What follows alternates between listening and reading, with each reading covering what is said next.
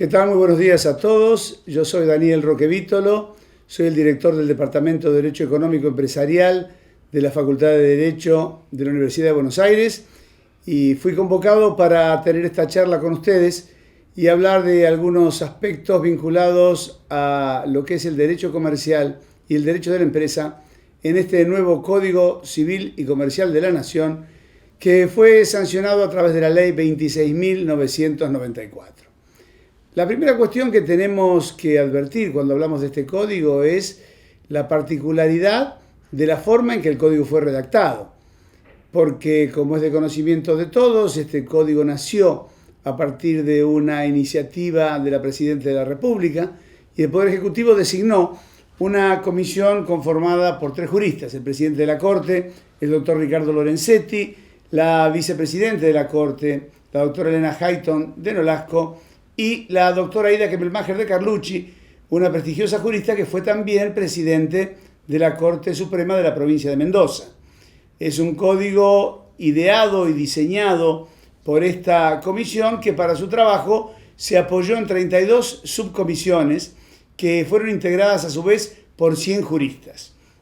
Era imposible en el término de un año que una comisión de 3 personas pudiera concretar un código. Pero ya la manera en la cual fue conformada esta comisión y la impronta que tuvo la generación del primer anteproyecto marca claramente que estamos frente a un código que tiene una visión judicial. Es un código hecho por jueces que tiene una mirada muy judicial en su funcionamiento porque vamos a advertir que la mayoría de los conflictos o de las situaciones que pueden presentar alguna discrepancia en el texto del código, inmediatamente el texto legal lo deriva a una solución judicial o a la intervención del juez. Estas 32 subcomisiones que trabajaron en forma independiente y fueron realizando partes del código en su articulado, finalmente elevaron sus consideraciones a una Secretaría General que manejaba el doctor Federico de Lorenzo, que trató de homogeneizar los distintos criterios que los juristas habían plasmado en las diferentes instituciones que el código regulaba. Y esto es lo que conformó el famoso anteproyecto del Código Civil y Comercial de la Nación, que fue presentado el 27 de marzo del año 2012 por la Presidenta de la República en el Museo del Bicentenario. Pero este anteproyecto luego pasó por el Poder Ejecutivo por una revisión a cargo del Ministerio de Justicia y Derechos Humanos, donde se le introdujeron una serie de reformas y donde también se alteraron algunos artículos que eran importantes en materia, digamos, trascendente para un Código Civil y Comercial de la Nación. La responsabilidad del Estado, el problema de los derechos de incidencia colectiva, las obligaciones en moneda extranjera, se acotó el régimen que reformaba a la ley de sociedades comerciales y otras cuestiones que llevaron a un debate bastante arduo en el tiempo posterior, como la eliminación del régimen de sanciones pecuniarias disuasivas, donde la disuasión deja de pertenecer al régimen del sistema de responsabilidad civil. Bueno, este texto, ya una vez unificado a forma de proyecto, fue derivado de una comisión bicameral. Y esta comisión bicameral recorrió el país, recogió una serie de inquietudes y finalmente fue reenviado bajo un nuevo proyecto al Senado de la Nación, luego a la Cámara de Diputados y finalmente es la Ley 26.994 que sanciona un nuevo Código Civil y Comercial de la Nación. Lo cierto es que este código iba a regir a partir del 1 de enero del año 2006 y diversos avatares políticos hicieron que se adelantara su puesta en vigencia y a través de la Ley 27.077 se adelantó la puesta en marcha de este código que quedó fijada para el día 1 de agosto. A muy pocos días ya va a regir este código. ¿Cuáles eran los propósitos perseguidos por la reforma? Lo cierto es que la idea de la Presidenta de la República y de la Comisión Reformadora era tratar de unificar los dos códigos que regían el régimen de convivencia de los argentinos y el régimen del tráfico y operaciones en el mercado. El Código Civil y el Código de Comercio, el Código Civil que era obra de Dalmacio Vélez Arfiel y el Código de Comercio obra de Dalmacio Vélez Arfiel y Eduardo Acevedo.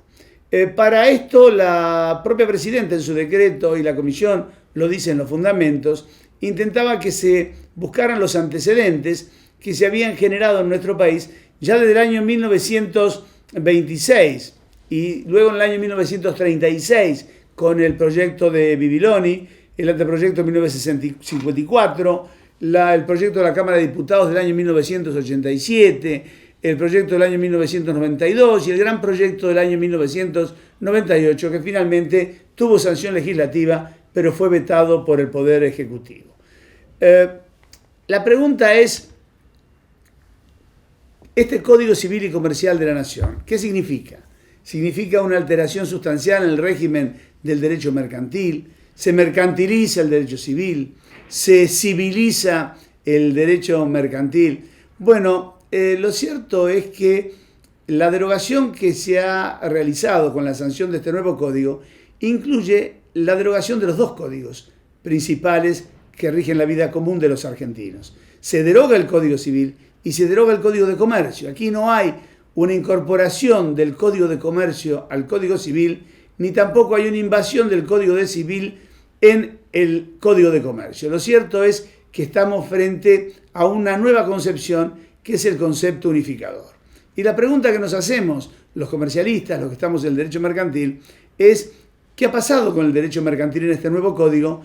Y si el derecho mercantil ha desaparecido o no ha desaparecido con autonomía científica, académica y legislativa. Bueno, lo cierto es que la autonomía científica no la ha perdido, tampoco la autonomía académica y tampoco la autonomía legislativa, porque el código es civil y comercial. Dentro de lo que pasa es una nueva concepción, una concepción unificadora. Y este derecho mercantil no desaparece porque en realidad es una categoría histórica y es un conjunto de normas que va a regular una realidad que sigue presente en toda la vida de nuestra comunidad. El derecho mercantil es un conjunto de normas y principios específicos que regulan la actividad económica en el mercado, el tráfico de bienes y todo el régimen de prestación de servicios.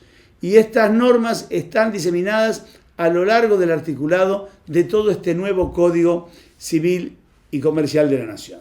Recordarán ustedes que el derecho mercantil es una categoría histórica. Y decimos que es categoría histórica porque en realidad, a diferencia de lo que ocurre con el derecho civil, que la norma intenta imponer reglas de conducta en el desenvolvimiento de los ciudadanos, en el derecho mercantil el proceso es al revés. Los operadores del tráfico, los comerciantes, generan una serie de conductas en institutos que van por delante de la legislación. Y lo que el legislador hace en el derecho mercantil es tratar de observar la realidad del mercado y acotar los efectos de estos comportamientos, preservando el interés general y evitando el abuso o la generación de derechos de categoría. Y esto está vinculado con lo que es la historia del derecho mercantil, que como bien saben ustedes también está conformada por 4 etapas perfectamente diferenciadas. La primera desde su nacimiento hasta la Revolución Francesa, que es un derecho mercantil básicamente subjetivo, el derecho de los comerciantes. Los comerciantes, aún sin tener normas generales, porque no había normas estaduales, buscan a través de la costumbre sistemas de comportamientos por el cual regulan la vinculación de los unos con los otros y la eficacia de los actos que ellos generan, y a su vez también buscan sus propios tribunales generados por los propios comerciantes que se juzgan a sí mismos. Es decir, un derecho subjetivo con una jurisdicción propia. Cuando la Revolución Francesa y la conformación de los estados nacionales empiezan a delinearse en la historia, esto ya no se puede admitir. ¿Cómo es posible generar un Estado nacional con normas y conductas para todos y con poder de imperio por parte del gobernante en un determinado territorio si existen ciudadanos que tienen sus propias normas, sus propios reglamentos y sus propios tribunales? Y así es donde el derecho mercantil intenta objetivizarse a través de la doctrina del acto de comercio que surge en el Código de Napoleón, y esta doctrina del acto de comercio, que en realidad nunca pudo tener una mayor sustancia de la pretendida, que era aglutinar los actos que realizaban los comerciantes y que ocultaba en cierta forma el derecho subjetivo, dura lo que puede durar mientras intenta sobrevivir a los embates de la doctrina y que finalmente cae cuando se sanciona el código alemán de principios del siglo pasado y el código italiano de 1942, que vuelve a subjetivizar todo esto y al derecho mercantil le vuelve a otorgar la impronta subjetiva, pero no ya desde el punto de vista del comerciante individual, sino del empresario y la figura de la empresa. Es decir, la empresa pasa a ser el centro, la guía o el eje del derecho mercantil. Pero claro, la globalización, las nuevas formas de operar en los mercados, el régimen masivo de la actividad, el crecimiento económico, la necesidad del mantenimiento del empleo, una nueva concepción de la empresa donde ya no se la mira como una mera estructura para perseguir fines formales como el lucro, sino que es considerada un subsistema social dentro de un sistema social más amplio, con el que se vincula a través del egreso de sus productos, bienes y servicios y se nutre por los insumos, pero genera también una influencia social en materia de empleo, de paz social, de preservación del medio ambiente, de la generación de recursos para la economía en general y para el desarrollo económico. Recordemos que la empresa ha sido desde la revolución industrial hasta nuestros días el factor más importante para generar el desarrollo económico y el cambio social, hacen que la mirada también tenga que cambiar. Y se vuelve a objetivizar en cierta forma este derecho mercantil, no ya como derecho de la empresa, como era concebido antes, sino como el derecho de la actividad económica. Porque finalmente lo que produce el flujo, lo que produce el empleo, lo que produce la producción de los bienes y servicios para el mercado, lo que produce y genera el tráfico, es la actividad. De nada nos sirve una empresa y una estructura o una organización si no hay actividad. Y entonces dejamos ya de mirar este derecho mercantil como un derecho de sujetos y lo miramos como un derecho de actividad. Y entendemos que antes se miraba al sujeto y a través del sujeto y alrededor de él giraba la organización, giraban los bienes, giraban los servicios, giraban los derechos y hoy es otra la mirada. La actividad es el centro y la misma actividad puede ser generada por otros sujetos, bajo otra organización, con otros bienes, prestando los mismos servicios. Lo que podía realizar un comerciante individual, quizás mañana lo sigue realizando una sociedad anónima, o lo que una sociedad anónima o una sociedad de responsabilidad limitada ejercía o desarrollaba como actividad, puede seguir siendo frente a la quiebra organizada bajo una organización de cooperativa. Los mismos bienes y servicios que integraban una determinada estructura organizativa para la producción de bienes al mercado pueden ser sustituidos por otros, pero lo importante es mantener la actividad. Y toda la legislación moderna en el mundo entero está tendiendo al mantenimiento de la actividad. Entonces, este derecho comercial o este derecho mercantil de la actividad económica organizada ha desaparecido de este Código Civil y Comercial de la Nación de ninguna manera. Yo puedo asegurarles que está más presente que nunca y con una fuerte impronta que incluso arrastra hacia criterios mercantiles muchas de las normas del derecho básico o del derecho común. ¿Cuáles son los fenómenos que se han producido en las últimas décadas que han llevado quizás a la Comisión a pensar en un régimen de unificación? Básicamente la desprivatización del derecho privado. Siempre entendimos el derecho civil y el derecho mercantil como ramas del derecho privado. Lo que ocurre es que también siempre entendimos que el derecho público o el interés público atravesaba y perforaba más las normas del derecho mercantil que las normas del derecho civil, porque en el ordenamiento del mercado la presencia del Estado o de los entes reguladores era muy fuerte. Por eso el interés público, la protección del consumidor, la ley de defensa de la competencia, el régimen de lealtad comercial, la protección de los sistemas marcarios, de las patentes de invención, de todo aquello que genera actividad económica organizada. También hay una nueva relación entre economía, sociedad y derecho. Ya no se puede pensar de manera alguna en que el derecho de propiedad o el dominio es algo absoluto y que no importa la manera en que se ejerza, si afecta o no a los terceros. La importancia de la afectación de los terceros, la conmoción social que puede generar un desequilibrio de relaciones, también hace que exista esta fuerte impronta del Estado y del derecho público en las nuevas instituciones del derecho privado.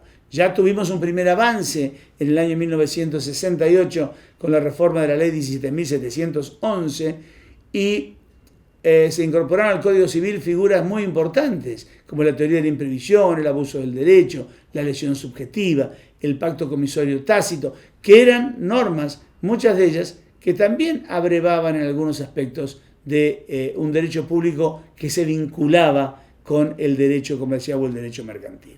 La función social de la nueva empresa, a la que ya nos hemos referido, marca un antes y un después en esta mirada en cuanto a lo que debe ser la parte regulatoria, y también un fenómeno que el Código recoge y al cual aluden los miembros de la comisión redactora, que es la constitucionalización del derecho privado.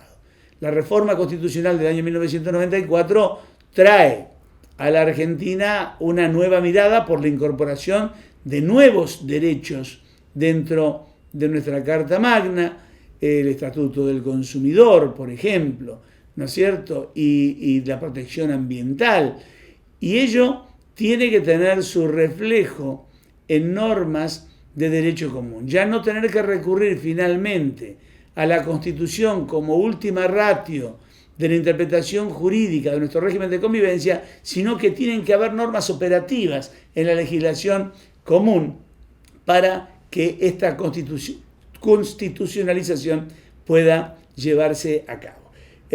Piensen que también la incorporación a nuestro régimen de pirámide jurídica de los derechos humanos y de los tratados sobre derechos humanos por encima de la legislación nacional y la necesidad de adecuación a estos parámetros ha generado una nueva mirada que también tenía que ser recogida en las normas de derecho común y que recoge sustancialmente este Código Civil y Comercial de la Nación.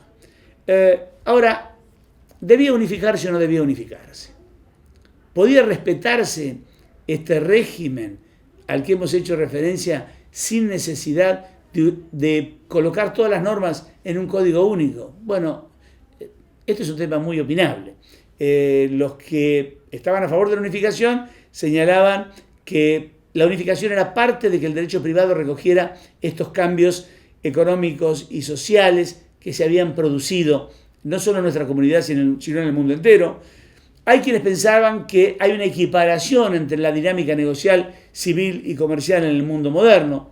En lo personal, no estoy de acuerdo con esta mirada porque cada vez más el derecho de la empresa se diferencia del derecho del hombre común, que hasta ha requerido un estatuto particular en esta vinculación, que es la Ley de Defensa del Consumidor y los sistemas del derecho de consumo y de protección de este sujeto débil que no tiene acceso ni a la información, ni a los servicios, ni a la estructura que tiene la empresa. Y también una mirada del derecho comercial como derecho social, porque la forma en que el derecho civil regula las relaciones que tenemos los unos con los otros en el seno de nuestra comunidad terminan vinculándose con aspectos esenciales o personales de nuestras vidas. La capacidad, la existencia, el matrimonio, la herencia, el dominio sobre los bienes, pero la faz dinámica en que el mundo se desarrolla diariamente es una faz específicamente de tráfico. Y este tráfico es derecho mercantil puro. Así que el tema de la unificación sigue siendo algo muy discutible, pero lo cierto es que se ha elegido un modelo unificador, y esto es lo que tenemos hoy, y esto es lo que rige con la ley 26.994, un código único civil y comercial de la nación. Un código único cuya interpretación no va a ser sencilla por varios motivos. Primero, los legisladores han elegido no señalar fuentes ni referirse a ellas en el articulado del código, no trabajar con el sistema de notas que tenía el código de Vélez-Sarsfield, y ello hace que la interpretación de las normas haya quedado muy abierta, porque no se conocen las fuentes específicas de cada una de las regulaciones donde podamos ir a abrevar para intentar conocer cuál ha sido el sentido único que el legislador ha tenido.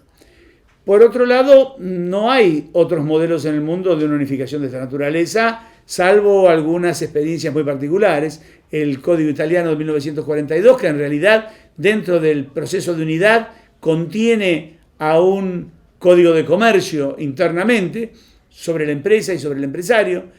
La China de Taiwán del año 2007, la experiencia comunista del año 1987, el Código de Tailandia de 1990 y el Código de Brasil del año 2002. Y sobre este código hay que hacer un pequeño paréntesis. Los brasileños han entendido que este código no ha dado los resultados ni ha satisfecho las expectativas que se tenían en él y hoy actualmente están debatiendo la sanción de un nuevo código de comercio diferente del código unificado y abandonan la unificación.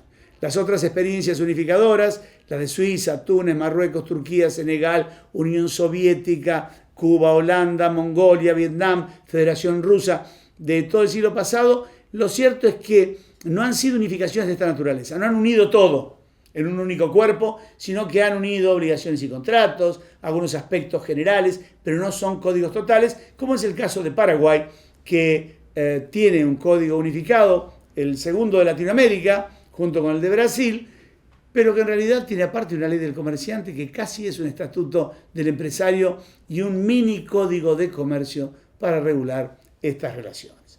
Finalmente, en lo que hace a la Unión Europea, es verdad que la Unión Europea tiene directivas claras en materia de unificación, pero los países no están siguiendo estas sugerencias o directivas de la Unión Europea y lo cierto es que al día de la fecha los países europeos mantienen en general una división entre las normas comerciales y las normas civiles. De hecho, España en este momento está discutiendo en las Cortes la sanción de un nuevo Código de Comercio. Es decir, hay dos maneras de mirar esta unificación del derecho mercantil con el derecho civil. La primera es mirarla como la miró el legislador de la comisión creada por el decreto 191 del 2011, que se ve plasmado en la ley 26.994, es unificar en un único cuerpo legislativo las normas civiles y las normas mercantiles.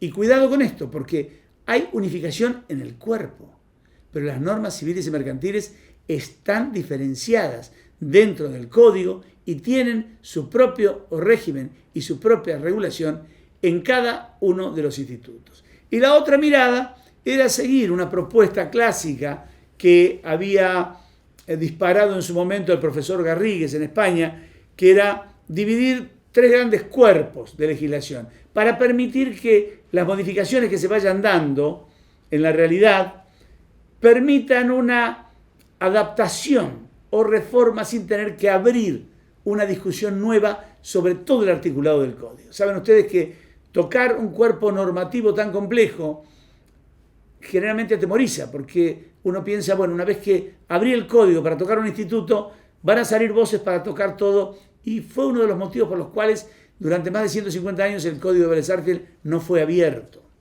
Y lo cierto es que la reforma de la Ley 17.711 pudo llevarse a cabo porque estuvo a cargo esta reforma de un gobierno de facto, donde no había Congreso, y donde el ministro del Interior, que era el autor de la reforma, el profesor Guillermo Borda, era una sola persona que tomó la determinación, convenció al gobierno y se generó esa ley 17.711 que modificó el Código Civil. Si esto se hubiera abierto un debate público, probablemente esa reforma nunca se hubiera hecho. Entonces el profesor Garrigues, ¿qué dice? Bueno, unifiquemos de otra manera. Hagamos grandes bloques. Por ejemplo, un código para las obligaciones, donde se incluyan los contratos que no sean contratos de empresa, ¿no es cierto? Y estén aquellos contratos que la gente común normalmente realiza para vincularse con otras personas y satisfacer determinadas necesidades. Un segundo código, un código de comercio que regule el estatuto del empresario, los contratos comerciales, los títulos valores, los derechos intelectuales.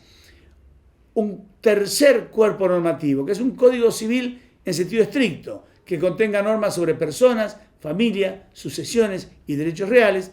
Y un cuarto código, un código de consumo, en el cual se establezcan las normas protectorias y el régimen de los derechos del consumidor en todos sus aspectos. ¿Con qué objetivo? Con el objetivo que una vez consolidados estos 4 cuerpos normativos, a medida que se vayan dando modificaciones que no siempre se dan al mismo tiempo ni con la misma velocidad en los institutos, se pueden ir retocando estos cuerpos normativos sin afectar el resto de la legislación.